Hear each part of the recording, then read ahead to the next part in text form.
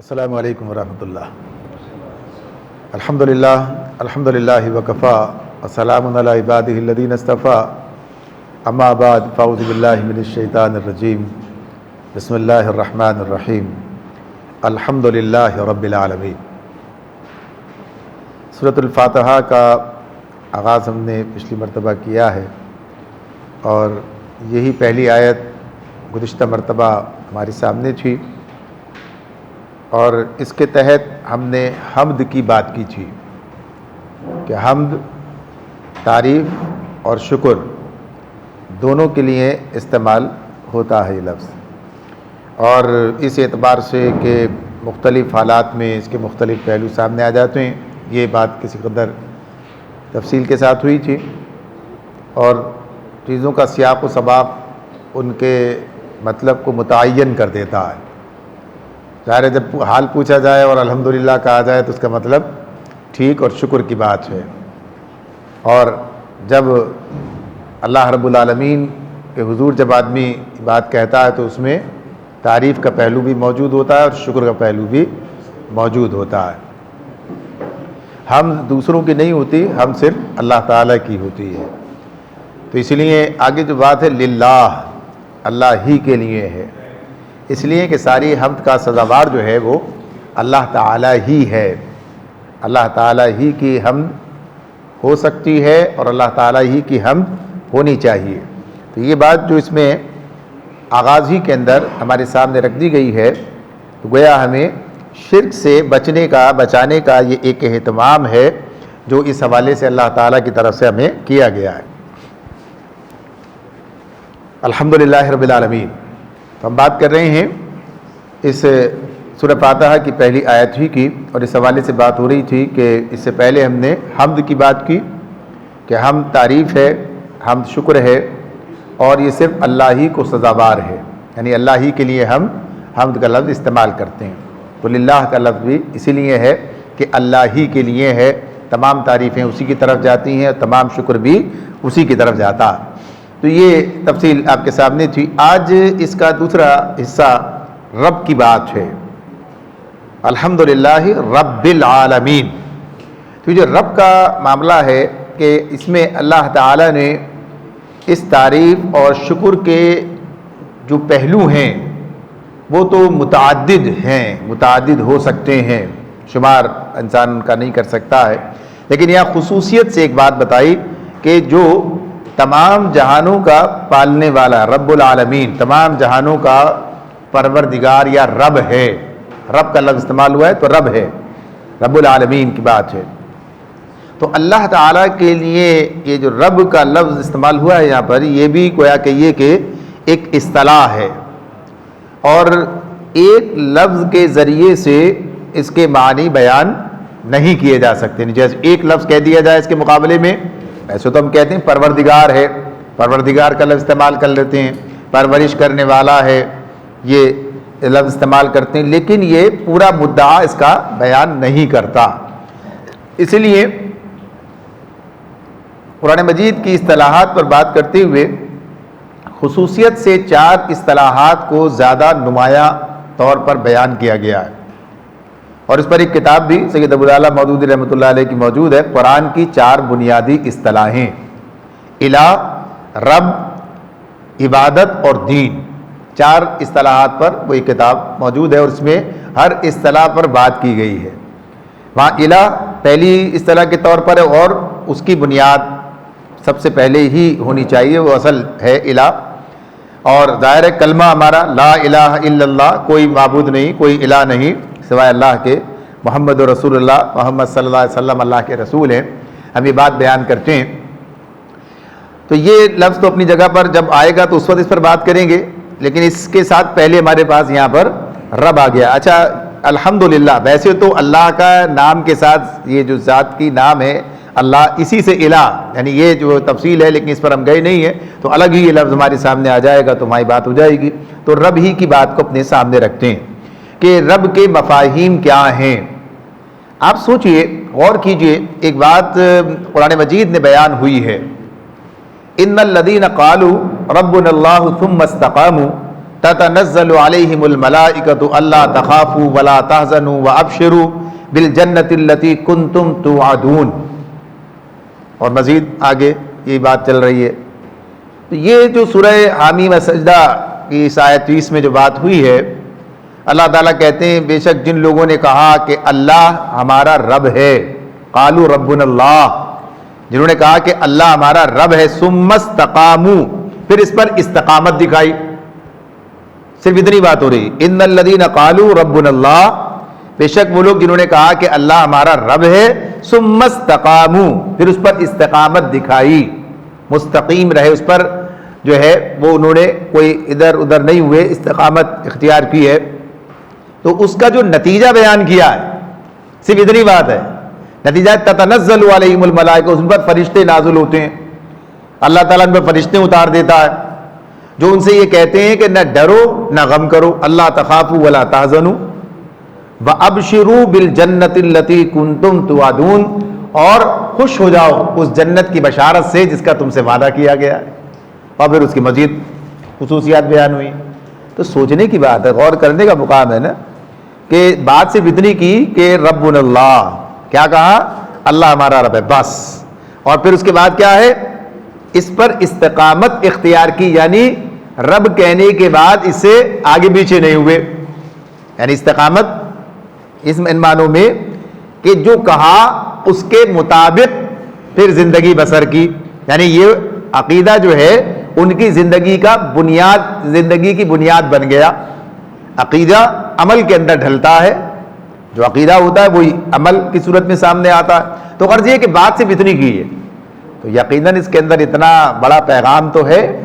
یعنی ربنا اللہ کہہ کر آدمی جب جنت میں جا رہا ہے تو اس کا مطلب یہ ہے کہ اس ربنا اللہ کے اندر وہ چیزیں موجود ہیں جو انسان کو جنت تک پہنچا رہی ہیں. آج تو ہم میں سے ہر آدمی اللہ کو اپنا رب تسلیم کرتا ہے، اللہ کو اپنا رب کہتا ہے، اور اس پر اس اعتبار سے تو استقامت ہے کہ ہم اس سے پھرے نہیں، آگے پیچھے نہیں ہوتے.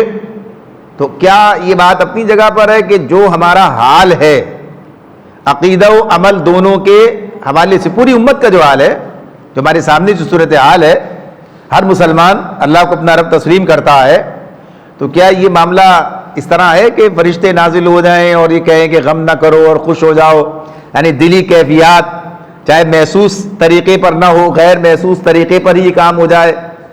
یہاں تو ہر آدمی پریشان سرگردہ نظر آتا ہے. تو اس کا مطلب یہ ہے کہ یہ معاملہ اپنے صحیح مقام پر نہیں ہے. ہوتا تو وہی ہوگا جو اللہ تعالیٰ فرما رہے ہیں. اگر یہ کام ایسے ہو جائے تو نتیجہ وہی نکلے گا جو اللہ نے بتایا. یہ کسی اور کا دعویٰ نہیں ہے، یہ قادر مطلق کا دعویٰ ہے، جس کا علم، جس کی حکمت سب پر حاوی ہے، جس کی قدرت مکمل ہے، جو کہتا ہے وہ کرتا ہے. یعنی اس کے لیے کوئی بات ناممکن نہیں ہے. تو اسی لیے ضروری ہے کہ اس بات کو سمجھا جائے کہ بھئی رب، اللہ رب ہے، اور ہمارا عقیدہ ہے کہ اللہ ہمارا رب ہے، ربنا اللہ یہ ہم کہہ رہے ہیں، تو ہمیں اس کی تفصیل معلوم ہونی چاہیے، اس کے بارے میں آگاہی ہمیں حاصل ہونی چاہیے کہ اللہ کو رب کہنے کا مطلب کیا ہوتا ہے. تو رب کی معنی ویسے تو جیسے عرض کیا پرورش کرنے والا، پروردگار یعنی جو پرورش کرنے والا ہے. عموماً اس کے جو معنی ایک اس جملے میں بیان ہوتے ہیں وہ تو اس طرح ہے، تدریجاً نشو نما دے کر درجہ کمال تک لے جانا، چاہے کوئی چیز ہو چاہے کوئی فرد ہو. یعنی کسی کو بتدریج، ایک دم نہیں، بتدریج نشو نما دے کر درجہ کمال تک پہنچا دینا. یہ اس کا ایک عمومی ایک جملے کے اندر لغت میں یہ مطلب ہمارے سامنے آتا ہے. لیکن اب اسی ایک کے تحت جتنے معاملات اس کے آگے ہوتے ہیں، یہ لفظ جو ہے قرآن مجید میں اللہ تعالیٰ نے مختلف مقامات پر استعمال کیا ہے. قرآن مجید کی آیات اس پر شاہد ہیں کہ جہاں جہاں یہ لفظ ہمارے سامنے آتا ہے اور جو جو پیغام وہاں موجود ہوتا ہے، تو اس اعتبار سے دیکھیں تو کم از کم 4 اور اگر کہیں تو اور تفصیل میں چلے 5 اس کے مفہوم ہمارے سامنے آ جاتے ہیں. یعنی رب کے مفاہیم میں 5. پہلا تو یہ ہو گیا پرورش کرنے والا، پرورش کرنے میں ضروریات فراہم کرنے والا بھی ہوگا، جو ضرورت پر پوری کرے گا، اسی اعتبار سے ہے. تربیت، نشو نما، یہ سب ایک ہے. پرورش کی جو ضروریات ہیں تربیت بھی اس کے اندر ہے. اسی کے ساتھ دوسرا اس کا جو ہے کفالت، کفیل ہے. اللہ ہمارا جو ہم اس کے اوپر ہی بھروسہ کرتے ہیں، خبرگیری کرنے والا ہے، دیکھ بھال کرنے والا ہے، اصلاح حال کا ذمہ دار ہے. یعنی وہ جو سارے کام انجام دیتا ہے. رب کے اندر یہ بات آتی ہے. اس کی تفصیل انشاءاللہ آیات کے ذریعے آپ کے سامنے آئے گی. پہلے اس بات کو سامنے رکھ لیا جائے. تیسری چیز جو اس کے مفہوم کے طور پر ہے، وہ جو مرکزی حیثیت رکھتا ہے. مرکزی حیثیت کا مطلب یہ کیا ہوتا ہے؟ جس کی طرف سب جمع ہوتے ہیں. آخرت میں بھی سب ادھر ہی جمع ہوں گے، وہ تو آخرت کی بات ہے. لیکن دنیا میں بھی ہمارا جو مرکز ہے وہ اللہ تعالیٰ ہی کی ذات ہے. ہم سب اللہ کی بنیاد پر یہاں جمع ہیں. ہمارے درمیان رشتہ کیا ہے؟ وہ کہتے ہیں نا تیرا میرا رشتہ کیا؟ لا الہ الا اللہ. اور بھی مختلف آپ یہ بات سنتے ہیں امت کے حوالے سے جب بات ہوتی ہے. آج فلسطین کے نعرے لگ رہے تھے، کیا فلسطین سے رشتہ کیا؟ تو اسی لا الہ الا اللہ کی بنیاد پر ہمارا ان سے تعلق کیا ہے؟ ارے نہ کسی نے دیکھا، نہ کوئی جانتا، نہ کسی کو کبھی کسی نے فلسطین کے بارے میں کوئی یعنی کبھی جا کے کسی کوئی اتفاق ملے گا آپ کوئی آدمی ایسا ہو؟ بے شمار لوگ تو اس سے واقف نہیں ہے. لیکن ایک رشتہ ہے، ایک تعلق ہے، ایک ان کے ساتھ اپنا ہمارا ایک گویا کہیے کہ دلی لگاؤ ہے. اس کی بنیاد کیا ہے؟ ایمان، اللہ پر ایمان، اللہ کی بنیاد پر. تو یہ جو بات ہے، تو یہ جہاں سب جمع ہو جاتے ہیں، جس کی گرد، جس کی بنیاد پر سب چیزیں ادھر جا کے جمع ہوتی ہیں. ویسے بھی ہر چیز کہاں جاتی ہے؟ وَإِلَى اللَّهِ تُرْجَعُ الْأُمُورِ. سارے معاملات اللہ کی طرف رجوع کرتے ہیں، سارے معاملات اللہ کی طرف چلے جاتے ہیں. اللہ ہی ہے اور سب کا وارث بھی اللہ ہی ہے. وَلِلَّهِ مِيرَاثُ السَّمَاوَاتِ وَالْأَرْضِ. آسمان و زمین کی میراث اللہ ہی کے لیے. تو اس کی طرف جمع ہوتے ہیں. پھر چوتھی بات کیا ہے؟ سردار، جس کا حکم چلے، ذی اقتدار، جس کا اقتدار ہو، یعنی جس کو فوقیت حاصل ہو، جو قدرت رکھتا ہو، یعنی بالادستی اسے حاصل ہو. اور آخری بات اسی کے ساتھ ہی مل کر ہی بن جاتی ہے، یعنی آقا مالک. جیسے اس اعتبار سے غلاموں کا جو سسٹم تھا اس کے اندر بھی یہ مالک کا یہ لفظ استعمال اس کے لیے ہوتا تھا. عربی میں یہ رب الدار، گھر کا مالک، گھر کا جو مالک، اس کے لیے لفظ استعمال ہو رہا ہوتا ہے. لیکن یہ جو معنی ہے یہ اس حوالے سے ناقص ہیں جو اللہ تعالیٰ کے لیے ہیں. کچھ چیزیں استعمال ہو جاتی ہیں تو ان کے لغوی مفہوم کے اعتبار سے کہیں کسی طرح سے ان کا کوئی تعلق بنتا ہے تو وہ سامنے آتی ہے. تو اس کی بات بھی ہم کریں گے آگے کہ یہ جو ناقص اور کامل تصور ہے. تو اب یہ بات ہمارے سامنے آ جاتی ہے کہ اللہ رب العالمین ہمارا رب ہے، اور اس اعتبار سے یہ سارے تعلقات ہمارے کس کے ساتھ ہیں؟ اللہ کے ساتھ ہیں. ہم اللہ ہی کو کی ذات میں ان تمام چیزوں کو دیکھتے ہیں. اب قرآن مجید کے ذریعے سے اس کو سمجھنے کی کوشش کرتے ہیں. یہ جو باتیں کی ہیں تو کئی مقامات ہیں قرآن مجید میں جہاں پر یہ بات ہمارے سامنے آ جاتی ہے کس طریقے سے یہ بات ہوتی ہے. سورہ طٰہٰ میں اللہ تعالیٰ نے موسیٰ علیہ السلام کا ذکر کیا. موسیٰ علیہ السلام فرعون کے پاس گئے ہیں، پوری تفصیل ہے. نبوت کا عطا ہونا بھی اسی مقام پر ہے، اور پھر جا کر اس سے جو مکالمہ ہے اس کے سامنے وہ بھی وہاں سامنے آتا ہے، اور بھی صورتوں میں آتا ہے. تو سورہ طٰہٰ میں یہ بات ہمارے سامنے آتی ہے کہ جب موسیٰ علیہ السلام جا کے فرعون کو اللہ تعالیٰ کی بندگی اختیار کرنے کی دعوت دیتے ہیں. یہ تو جب بات آئے گی، جب واضح ہوگی بات کہ رسول کا پہلا کام یہی ہوتا ہے کہ لوگوں کو اللہ کی بندگی کی طرف بلائے. یہ غلط فہمی پیدا ہو گئی ہے کہ شاید وہ صرف بنی اسرائیل کو چھڑانے کے لیے گئے تھے. رسول کا کام سب سے پہلا کیا ہوتا ہے؟ اللہ کی بندگی کی طرف بلانا. تو یہ کام انہوں نے کیا ہے. تو جب انہوں نے یہ بات کی، وہ تو خود دعوے دار تھا ان معنوں کے اعتبار سے، ہم ہیں صاحب اقتدار، ہم ہیں سردار، ہماری ذات کی بنیاد پر سارا یہ اس کی ذات پر جو ہے سارا ملک متحد ہے، سب اسی کی طرف رجوع کرتے ہیں. یعنی سارے معنی جو ہیں اس میں، تو اس اعتبار سے وہ بات کرتا ہے اس میں اپنے لیے. تو دعوے دار تھا. تو موسیٰ علیہ السلام نے تو انکار کیا اور کہا اللہ ہمارا رب ہے. تو اس نے سوال کیا، موسیٰ علیہ السلام سے کہا، قالا کہنے لگا، فمن ربکما یا موسیٰ، اے موسیٰ تیرا رب کون ہے؟ تو ہمارا انکار کرتا ہے، بھائی پھر تیرا رب ہے کون؟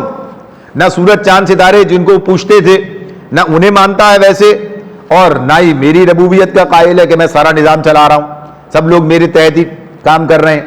تو پوچھتا ہے، سوال کیا کہ کیا قال فما ربکما یا موسیٰ، کہ اے موسیٰ تیرا رب کون ہے؟ تو انہوں نے جواب دیا موسیٰ علیہ السلام نے، قال ربنا الذی اعطى كل شیء خلقہ ثم ہدی، کہتے ہیں کہ میرا رب وہ ہے جس نے ہر چیز کو پیدا کیا، کل شیء خلقہ، جس نے، میرے رب جو ہے وہ ہے جس نے ہر چیز کو پیدا کیا اور پھر اسے، اس کی ساخت بنائی، اس کو پیدا کیا جیسا اسے بنانا تھا، ثم ہدی، پھر اس کو ہدایت دی، یعنی اس کے کام کرنے کا طریقہ، وہ سب چیزیں اس کو ودیت کر دی کیسے چلے گا۔ اب ظاہر سی بات ہے کہ فرعون کے سامنے یہ معاملہ تو یہ تو کچھ بول نہیں سکتا اس معاملے میں، یعنی ایسی دلیل دی ہے، بات کا آغاز وہاں سے کیا ہے کہ میرے رب نے یہ سارا کام جو ہے، اور پھر اس کے بعد مزید تفصیل بھی اس کی طرف جاتے ہیں۔